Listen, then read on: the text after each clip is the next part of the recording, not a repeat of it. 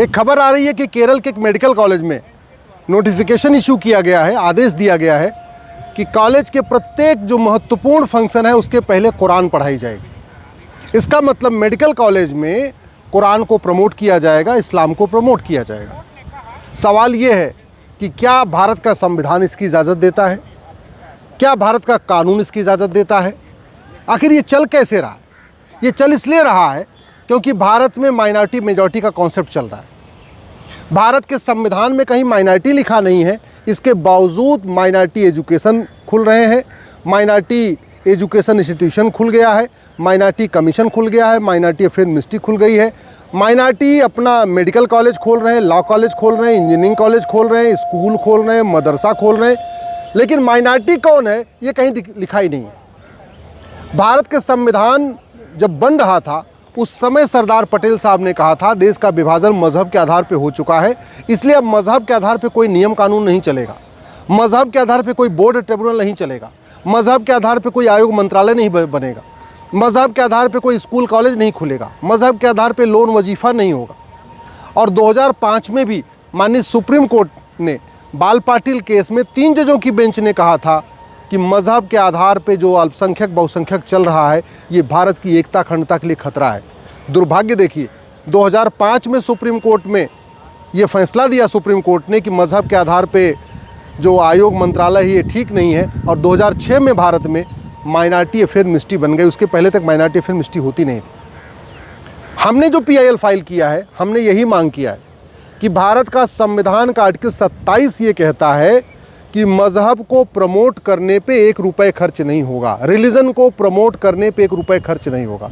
यहाँ धर्म और रिलीजन में अंतर है, उस पर मेरी अलग से PIL चल रही है जिसमें मैंने ये कहा है कि धर्म जोड़ता है, रिलीजन तोड़ता है। धर्म को प्रमोट करने पे सरकार खर्च कर सकती है, धर्म को प्रमोट करने पे, सनातन धर्म को प्रमोट करने पे सरकार टैक्स पेयर का पैसा खर्च कर सकती है, लेकिन रिलीजन को प्रमोट करने पे, मज़हब को प्रमोट करने पे सरकार 1 रुपये खर्च नहीं कर सकती।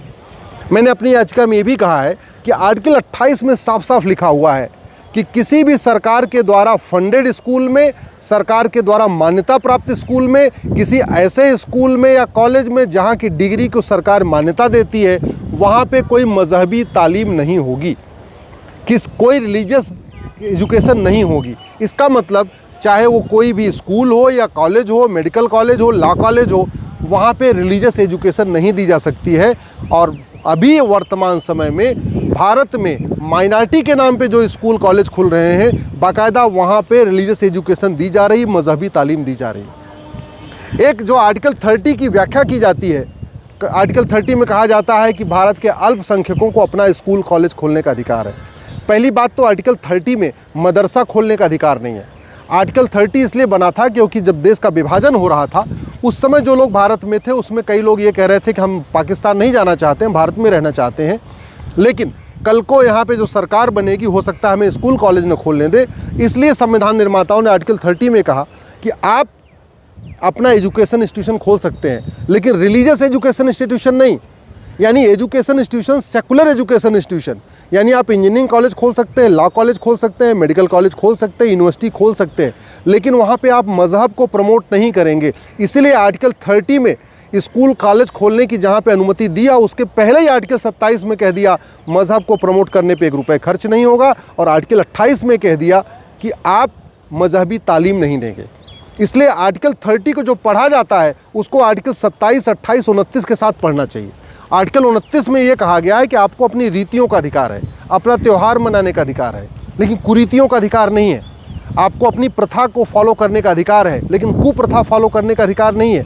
वैसे ही आर्टिकल 25 धर्म पालन का अधिकार देता है, रिलीजन फॉलो करने का अधिकार देता है, फ्रीडम ऑफ रिलीजन देता है, फ्रीडम ऑफ कन्वर्जन नहीं देता। लेकिन दुर्भाग्यवश पिछले 75 वर्षों में सबसे ज़्यादा जो मिस इंटरप्रिटेशन हुआ है वो आर्टिकल 25, 26, 27, 28, 29, 30 का हुआ है। सबसे जो ज़्यादा गलत व्याख्या हुई है आर्टिकल 25 से लेके आर्टिकल 30 तक जो फंडामेंटल राइट दिया है, इसी की गलत व्याख्या दी है, और नतीजा ये हुआ है स्कूल कॉलेज खुल रहे हैं और वहाँ बाइबल कुरान पढ़ाई जा रही है। मेडिकल कॉलेज खुल रहा है, लॉ कॉलेज खुल रहा है, इंजीनियरिंग कॉलेज खुल रहा है, और वहाँ पे भी मज़हब को प्रमोट किया जा रहा है। एक तरफ भारत के संविधान में सेकुलर शब्द जोड़ दिया और वहीं दूसरी तरफ माइनॉरिटी अफेयर मिनिस्ट्री खोल दिया, माइनॉरिटी एजुकेशन इंस्टीट्यूशन खोल दिया। भारत के संविधान में कहीं मदरसा शब्द लिखा ही नहीं।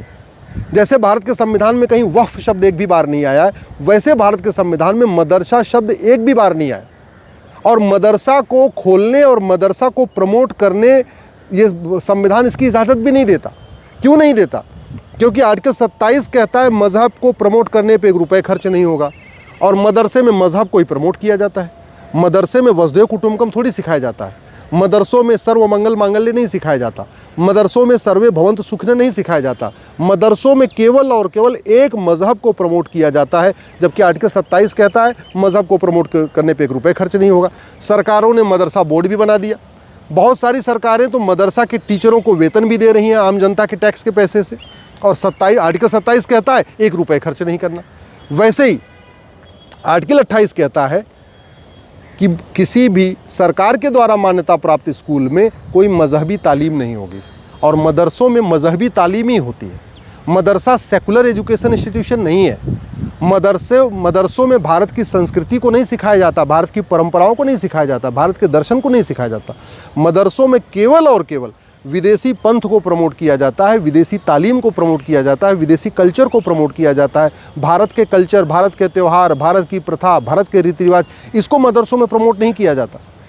और आर्टिकल 30 में जो इजाज़त दिया है स्कूल कॉलेज खोलने की, उसके बदले इंजीनियरिंग कॉलेज, मेडिकल कॉलेज खोल के बाकायदा उसमें कुरान को प्रमोट किया जा रहा है, बाइबिल को प्रमोट किया जा रहा है। मिशनरी स्कूल माइनॉरिटी के नाम पे एजुकेशन इंस्टीट्यूशन खोल के क्रिश्चियनिटी को प्रमोट कर रही हैं, और मदरसे माइनॉरिटी के नाम पे एजुकेशन इंस्टीट्यूशन खोल के बाकायदा इस्लाम को प्रमोट कर रहे हैं। जबकि भारत का संविधान आर्टिकल 27, 28, 29, 30 इसकी इजाज़त ही नहीं देता। इसलिए अब समय आ चुका है माइनॉरिटी मेजॉरिटी का जो डिवीज़न है इसको बंद कर दिया जाए। मैं बहुत जिम्मेदारी के साथ कह रहा हूँ। 1947 में देश का विभाजन मज़हब के आधार पे ही हुआ था। मज़हब के आधार पे देश बटा था और किसी आधार पे नहीं देश बटा था। 1947 का विभाजन जाति के आधार पे नहीं हुआ था। 1947 का विभाजन भाषा के आधार पे नहीं हुआ था। 1947 का विभाजन क्षेत्र के आधार पे नहीं हुआ था। 1947 का विभाजन अगड़े पिछड़े के आधार पे नहीं हुआ था। 1947 का विभाजन केवल और केवल मज़हब के आधार पे हुआ था। ये कह के हुआ था कि हम पाक हैं, हिंदू नापाक होते हैं, पाक नापाक एक साथ नहीं रह सकते, पाक नापाक सोच एक साथ नहीं रहेगी, इसलिए हम अपना पाकिस्तान बनाएंगे। तो जब मज़हब के आधार पर विभाजन हो गया, फिर मज़हब को प्रमोट करने के लिए एजुकेशन इंस्टीट्यूशन क्यों खुलने जा रहे हैं? 2005 में जो बाल पाटिल केस में सुप्रीम कोर्ट के 3 जजों का फैसला आया, जिसको जस्टिस धर्माधिकारी ने लिखा है, उन्होंने भी इसकी चिंता जाहिर किया। उन्होंने भी कहा है कि जितना जल्दी इस देश में माइनॉरिटी मेजॉरिटी का विभाजन बंद हो जाए उतना अच्छा है। और मैं इस बात को कह रहा हूँ कि अगर ये माइनॉरिटी मेजॉरिटी का खेल जारी रहा, अगर मज़हब के आधार पर नियम कानून चलते रहे, अगर मज़हब के आधार पे बोर्ड और ट्रिब्यूनल चलते रहे, मज़हब के आधार पे आयोग और मंत्रालय चलता रहा, मज़हब के आधार पे लोन और वजीफ़ा देते रहे, मज़हब के आधार पे स्कूलों को खोलने की परमिशन देते रहे, मज़हब के आधार पे law college, engineering college, medical college खोलने की परमिशन देते रहे, तो भारत में बहुत विभाजन बढ़ेगा, विभाजनकारी सोच बढ़ेगी। इसलिए अब समय आ गया है कि संविधान की ठीक से व्याख्या किया जाए, माइनॉरिटी मेजॉरिटी के खेल को ख़त्म किया जाए। और अगर माइनॉरिटी मेजॉरिटी ख़त्म नहीं कर सकते तो कम से कम माइनॉरिटी को डिफ़ाइन किया जाए। माइनॉरिटी का मतलब ही होता है, अल्पसंख्यक मतलब जिसकी संख्या नगण्य हो। जो यूएन की डिफिनीशन है, एनी ग्रुप और community which is socially, economically, politically non dominant and inferior in population, यानी वो समुदाय माइनॉरिटी कहलाता है जिसका कोई सामाजिक वजूद न हो, जिसका कोई आर्थिक वजूद न हो, जिसका कोई राजनीतिक वजूद न हो, और जो संख्या में नगण्य हो। जिस कम्युनिटी की जनसंख्या कुछ 100 होती है, 500, 1000, 2000, 3000, कुछ हज़ार होती जिसकी जनसंख्या, उसको माइनॉरिटी कहते हैं। या चलो देश भारत बहुत बड़ा है, तो जिसकी संख्या 1 लाख, 2 लाख, 3 लाख, 4 लाख, 5 लाख है, उसको माइनॉरिटी का दर्जा मिल सकता है। माइनॉरिटी की यूनिट कभी करोड़ नहीं होती, माइनॉरिटी की यूनिट 1000 हो सकती है, माइनॉरिटी की यूनिट लैक्स हो सकती है, लाख हो सकती है, लेकिन माइनॉरिटी की यूनिट कभी भी करोड़ नहीं हो सकती। और वैसे भी भारत में 9 राज्यों में तो हिंदू पहले ही ख़त्म हो चुके। मेरी PIL चल रही सुप्रीम कोर्ट में। अगर डिस्ट्रिक्ट वाइज देखिए तो 800 जिलों में, 200 जिलों में हिंदू पहले ही ख़त्म हो चुके हैं। तहसील के हिसाब से देखिए तो 6000 तहसीलों में से 1500 तहसीलों में हिंदू पहले ही ख़त्म हो चुके हैं। बॉर्डर पे जो 300 तहसीलें, उन सब की 300 की डेमोग्राफी बदल चुकी है।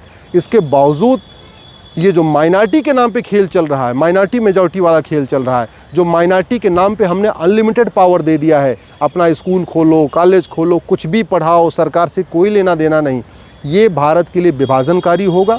1947 में विभाजन हो चुका है।